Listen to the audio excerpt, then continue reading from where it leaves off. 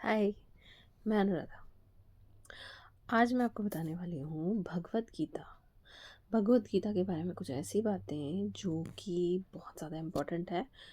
मैं मानती हूँ आज की बिज़ी लाइफ में आप भगवद गीता पढ़ तो नहीं पाते होंगे, पर मैं कुछ रूल्स ऐसे हैं उसके, कुछ बातें ऐसी हैं जो लाइफ टाइम आपको बहुत ज़्यादा मदद करने वाली है।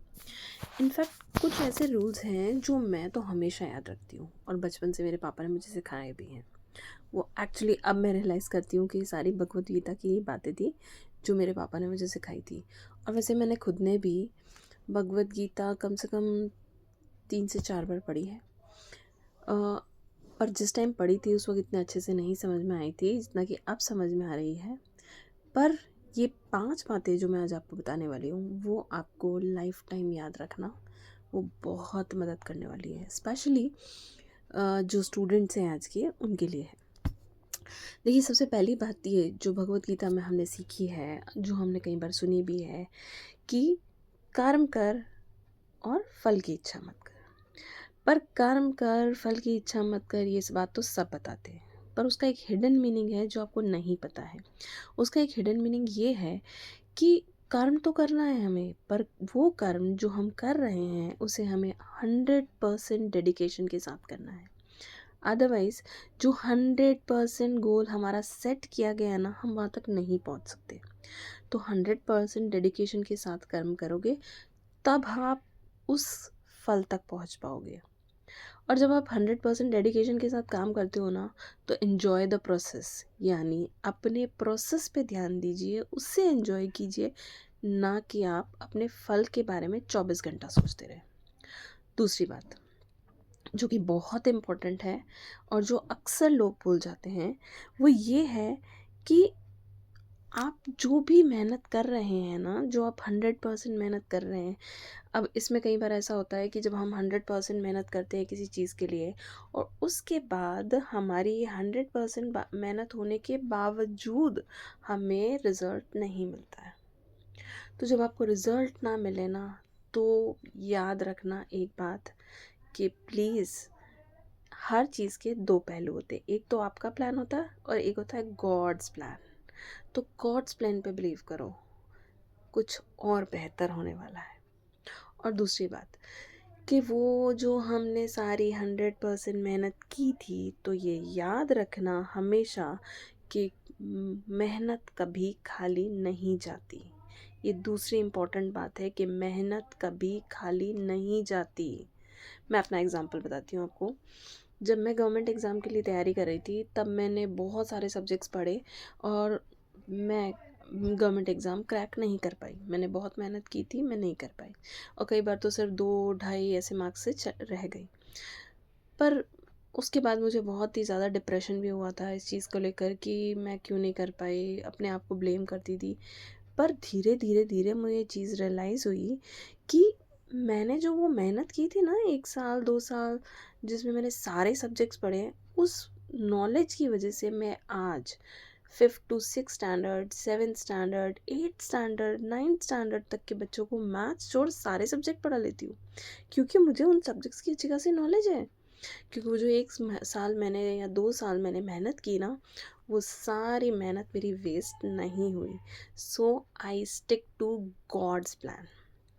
अच्छा, तीसरी बहुत इम्पोर्टेंट बात है और ये बात आपको बहुत याद रखना ज़रूरी है। जब मैं कहती हूँ ना कि 100% मेहनत करो, तो ये बात याद रखनी है कि स्ट्रेस नहीं होना चाहिए मेहनत के बीच में। जो काम आप कर रहे हैं उसमें करते वक्त आपको बहुत कामनेस के साथ, बहुत शांति के साथ आपको वो काम करना है। ये स्ट्रेस फ्री काम आपको करना होगा, क्योंकि जब तक आप काम कर रहे हैं, थोड़ी देर आपने किया, 15-20 मिनट किया, कुछ काम किया और उसके बाद फिर से आपको फिर वो स्ट्रेस हो रहा, नहीं यार मुझसे नहीं हो रहा, नहीं यार मुझसे नहीं हो रहा, तो नहीं होगा। अपने ऊपर कॉन्फिडेंस रखिए, स्ट्रेस फ्री, 100% डेडिकेशन, वही सक्सेस तक पहुंचा सकता है। ये हुई तीसरी बात।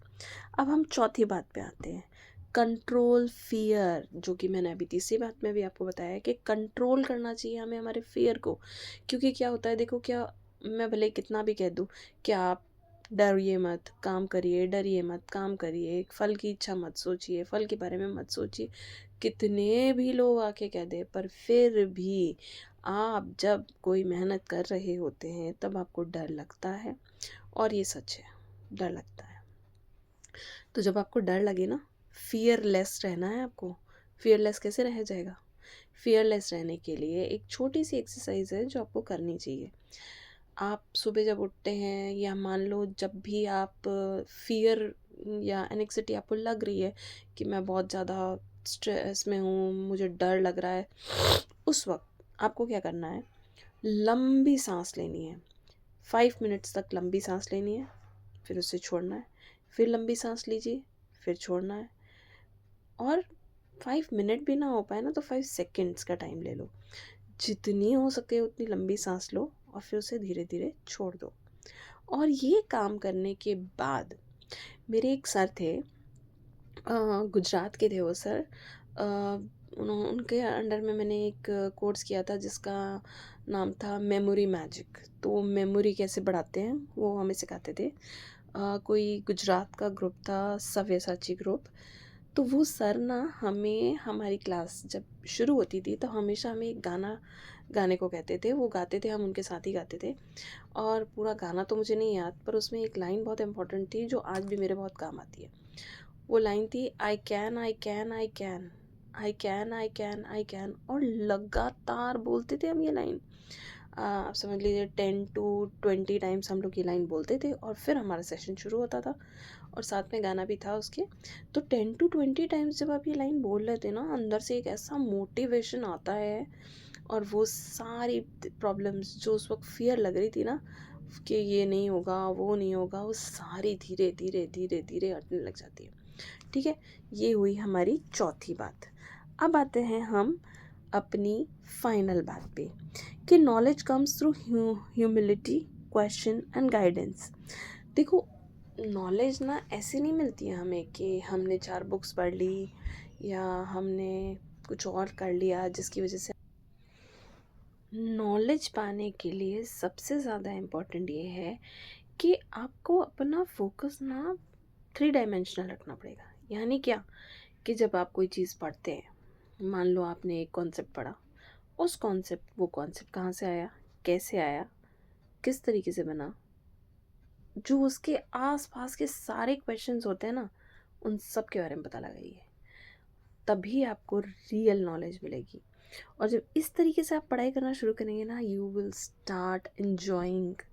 And when you start enjoying the process, you will not worry about the 100% goal set by you.